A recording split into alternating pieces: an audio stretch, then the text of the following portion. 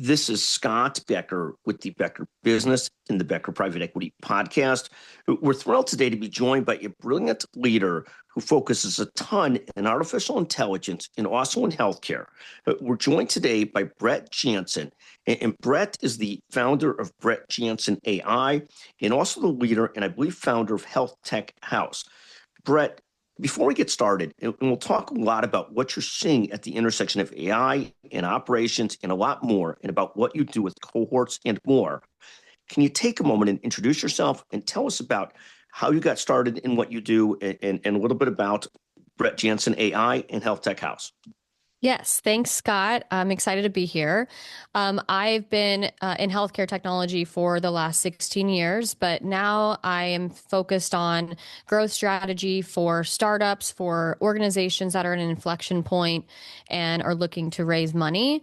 So I've come in at a very interesting time because I have always been in technology. I was there during the dot-com, I was there during the SaaS boom, and now I'm seeing obviously a shift with AI. So a couple of years ago when ChatGPT first came out, I started playing around with it as a beta tester and got sort of just obsessed with learning and getting better at the models. And I'm always one of the first to jump on a new tool when it comes out, and I'll spend hours kind of pressure testing it. And in 2025 is when my consulting business, both for Health Tech House and Brett Jansen AI, exploded because I was being able to provide services and deliverables to my clients using AI, and they all thought I had a team behind me, and it was really just me. So I started seeing real time the power of AI, and now I want to do whatever I can to get the word out there to help organizations grow faster, smarter, leaner, as we go into this next point of technology advancement. Amazing. And take a second, Brett. You're working sort of this intersection of AI and real business operators. What's sort of the biggest misconception that some leaders have about using AI in their operations? Where are people sort of not quite there yet? And then I guess in contrast, where are leaders really accelerating in the use of it and what's working well? I think the biggest misconception is that AI is just an additional tool that you bolt on to your existing tech stack. A lot of leaders that I'm meeting with, for discovery meetings, they're treating it like we did CRMs 15 years ago. They purchase it, they think if we train people on it, and then they move on. But AI doesn't work that way. You should really rethink your perspective that it's infrastructure. It's going to reshape how decisions are made, how information flows, how your teams execute. So instead of thinking as a bolt-on to what you're already doing, I would start, how can it transform my Monday? And then kind of build it up from there. This whole, one size fits all, organization, like our flag is in the ground for Copilot. We're doing it enterprise wide. That's going to fail because the models are changing almost daily at this point, and every single model has a different use case. So what sales is going to get out of Claude is going to be very different from what product is going to get out of, ChatGPT. So when I come into organizations, I say, don't think of AI as meaningless headcount. I think that will be a reality here shortly. But right now, think of it as, how can I use AI to amplify my existing talent? How can I take AI and rethink how we do business to increase our margins without necessarily slashing people yet? And how do we start to think about AI being the infrastructure layer that we now build our business on top of, or reset the business on top of? And talk a little bit about, we see people sort of individually, lots of individual use cases for AI. Every individual, not every individual, but certainly a ton of them are starting to use one of the different tools or another in sort of daily business or daily life. How do you accelerate that or do that throughout a company to make it more thorough and more system driven, so that you're doing it not just as individual one-offs, but as a company strategy or part of bigger efforts, more enterprise type efforts? So this is very timely. I met with an organization yesterday. They have over 10,000 employees and they're starting to think differently about this. And what they told me their problem is they have, obviously multiple different departments. All of them kind of have their own siloed technology stacks. And so their CTO had recommended we're going to go with enterprise ChatGPT. We're already a Microsoft shop, so we're going to deploy Copilot as well. My perspective when I come into organizations, big or small, is do an assessment with the department leaders. Let's talk one to one, do a brainstorming session. Where are the bottlenecks in your specific department? I will take all of those conversations and I'll synthesize them and use AI to generate a plan and say, look, in this department, here's your bottleneck. In this department, it's this. And then we'll start to strategically assign this is going to be a great opportunity to layer this specific AI tool. And I know that that's not what a lot of executives want to hear right now, especially CTOs. They want a one size fits all. But the reality is they're not built like that. Even with the recent release of Opus 4.6 out of Claude, I am wildly surprised by how much the model evolved just a month ago. Last night, I built out a private equity investor deck for a client, 34 slides on Claude, PowerPoint, everything. And it was world class, like a McKinsey type deck. I was surprised myself that it gave me that output. So I start to think, when I'm engaging with an organization, where are organizations spending the most time that's not producing revenue or value to the organization? Can we apply AI there so we can move again faster, smarter, and leaner and help accelerate decision process so we're not having a circular argument amongst teams, amongst leaders, and moving the ball forward as quickly as possible. And to me, that's where AI is really going to start to set businesses apart from one another if they think about it strategically like that, in parts and pieces versus enterprise, big bang all at once. Thank you. And talk about that for a second. Then I want to talk about your most recent upcoming AI cohort.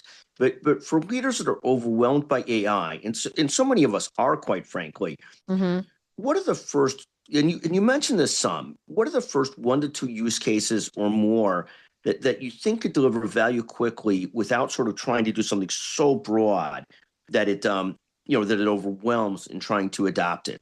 You mentioned something that's very, very important that used to take tens of hours, if not hundreds of hours, putting together a PE pitch deck. Now you could do it in a very quick period of time, particularly with the right inputs. Talk about leaders that are overwhelmed. Where are starting use cases?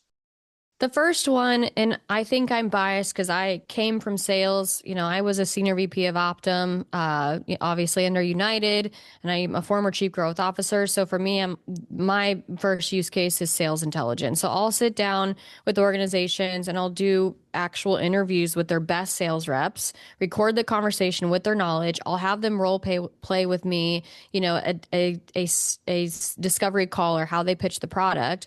I'll take those recordings and using a tool like Granola, I'll feed the transcripts into Claude, as a dedicated project, and I'll produce a playbook that's driven by insights. And it's something that 95% of sales leaders are never going to be able to articulate clearly all at once. And we'll use that playbook to create better sales enablement materials, to generate insights for how marketing can better support us on top of the funnel. That type of work, I'm starting to see a lot more asks for me to come in and do that type of workshopping with organizations. Use case 2 would be board and executive meeting preparation. The one thing I think all C-suite level leaders can attest to is preparing for a board or preparing for a raise. It takes, dozens of people, 20 different iterations of different decks. And so how I'm working with organizations now, specifically on the raise side, is I'll come in to help frame the performance, build the strategic, through line, and generate the talking points. So instead of us spending, 20 to 40 hours on deck iteration, we're getting one good synthesized, curated deck that's a combination of all the brainchild of the C-suite level teams. We're doing one round of reviews with the bankers and the investors, and then we're giving a final product. So we're condensing, 80 hours worth of work into about 48 hours or about 2 days. So That's to me like a wow for my clients. And not even just the consolidation. Some of these board decks are so, I wouldn't say bad, but so many of them are like catalogs. They're like 200 pages, Yes. 100 pages. People have spent a tremendous amount of time in them. I serve on a few boards. No board member wants to look through a 100-page deck. They really want, No. they really want what you're talking about, the curated. Here's the top 10 things we had to discuss. Here's the top 5 things that we had to discuss. Right. That just sounds to me so right on where you're going with that. I love that. And Brett, talk about what you're doing. I want to touch more on using it for sales intelligence in a moment. But talk about the upcoming AI cohort that you're leading, and who should join that. Where is that the most valuable for people, and what does that look like? Yeah, so the cohort is really twofold. It's AI powered. We're going to be talking specifically about go to market. And I get a lot of questions on like, well, what is go to market? To me, go to market is every bit of connective tissue for any organization, large or small, on how they grow and scale the business. So product, sales, marketing, operations, finance, et cetera. So the cohort is intended to be 6 weeks long. It's really a opportunity for organizations to either reset their growth strategy or build it if they're a startup using AI. And so we start with an audit of their current strategy, what's working and what's not. Where does your sales process break down? Then we go into messaging. Where is it failing to land? Where are you losing clients and that you should be retaining? And then we start to build the AI infrastructure around those specific fracture points. So it's not just, hey, watch me do a demo of ChatGPT on setting up a custom GPT for you. They're building alongside of me. So at the end of the 6 weeks, they're investor ready. They're ready to blow their numbers out of the water. And they all have it built with concrete deliverables from a better understanding of their persona matrix, not just one ICP or ideal client persona, but all of them. That's generated by AI powered research. We've got custom sales playbooks. I've got some incredible speakers lined up. So I'm really excited about this opportunity. I know that joining a group like this is not everyone's cup of tea, but I want to emphasize that I built this under the guise of I want revenue leaders, operators, or even founders and C-suite members that want to use AI. They have a need for it in their organization. They obviously need to scale and grow their business. I'm helping them do it in 6 weeks. And I'm really excited about it. And talk for a moment, is that sort of for large businesses, small businesses, mid-sized businesses? Who would this be best for the AI cohort? Because it sounds fascinating and something that, would love to enroll one of my employees in, quite frankly. Is that doable, or how does that look? What does that look like? So when I initially researched to do this, I was planning on targeting startups because that's been my sweet spot for the last 4 years. However, what I've found, and it's resonating, is this is really intended for organizations both large and small. I don't care if you're a pre-seed all the way up to a publicly traded company that need to be using AI and want like a speed round boot camp to do it. The way that I built the curriculum out is it's deep enough that it's going to create immediate impact, but I intentionally am creating the content as if this person is fairly new to AI, or maybe they're dabbling in it and aren't just using it correctly. So again, like I'm going to show them a deeper level of prompting that they've never seen before. We're going to get really creative in terms of setting up some automations using Claude Cowork that's going to change their lives. And I mean that literally. And they're going to see the power of being able to build a pitch deck in less than an hour or synthesize a year's worth of sales calls into your new playbook for 2026. All of this is going to be helpful regardless of the size of the organization. It's really intended to be for anyone that knows they need to use AI to do better and get better and run faster, smarter, leaner, and have better output. That's who I'm targeting for this now. It's fantastic. And so, and when does the next cohort start? March 23rd. Fantastic. I'll have to ask you more details on that, unless you want to talk about them here, like cost and commitment and so forth. Yeah. To join the cohort. So I priced it pretty low. It's $2,500 a seat. I did that because I wanted to make sure my seed and pre-seed organizations were not feeling left out. Oftentimes, for any sort of consulting engagements, they're priced out because they just don't have the capital. And I also priced it as that because I'm having some organizations approach me that say, hey, we want our VP of sales and our VP of marketing to attend, but we didn't necessarily budget for this. So I priced it low enough that it would feel comfortable, moving forward with it. It's 6 weeks long. I do 90 minutes of live, workshopping and throughout the week. They have access to me and my team during office hours. Obviously, we're going to have some really exciting guest speakers. And I would expect around 4 to 5 hours of implementation time per week, just to make sure that you're grasping the concepts, you're implementing in real time. So at the end of the 6 weeks, you're not looking back and thinking, okay, what did I miss? You're thinking, how do we move ahead now? Because we have the infrastructure in place now. That is remarkable. Thank you. You send me a link to that. We'll make sure that we also are able to distribute that to people so people could see that as well. I love that. Talk for a second about how should executives think about experimenting with AI versus really trying to embed it in how they operate? And then maybe also the question of AI tools versus AI talent and how you look at those two issues. Yeah, I think in terms of experimenting with AI and how they operate, three things come to mind. Is first, executive commitment versus just curiosity is really important. I'm working with an organization right now. I'm obviously not going to call them out, but their entire sales team, they have about 26 reps, are all actively using AI. They're so hungry to close more deals, obviously make better commissions. The chief revenue officer, though, is very, uncomfortably cautious about it. Old school sales leader, he doesn't understand, why should we be using this? The way that I've done it works fine. And I think that that type of mentality is going to leave you unemployed by the end of this year. And I know that that sounds really provocative, but it's true, because the younger generation, I'm a millennial myself, we are embracing it so fast and it's changing so fast that if you don't start digging your heels in and saying, you know what, I better figure this out, you're going to be left without a role, probably in the historical sense. I would say second is process documentation. I actually, my ops person on my team, she's having me essentially scribe my workflows. It's recording my workflows where I'm touching my mouse, and then she's creating SOPs, and this is all being done with AI.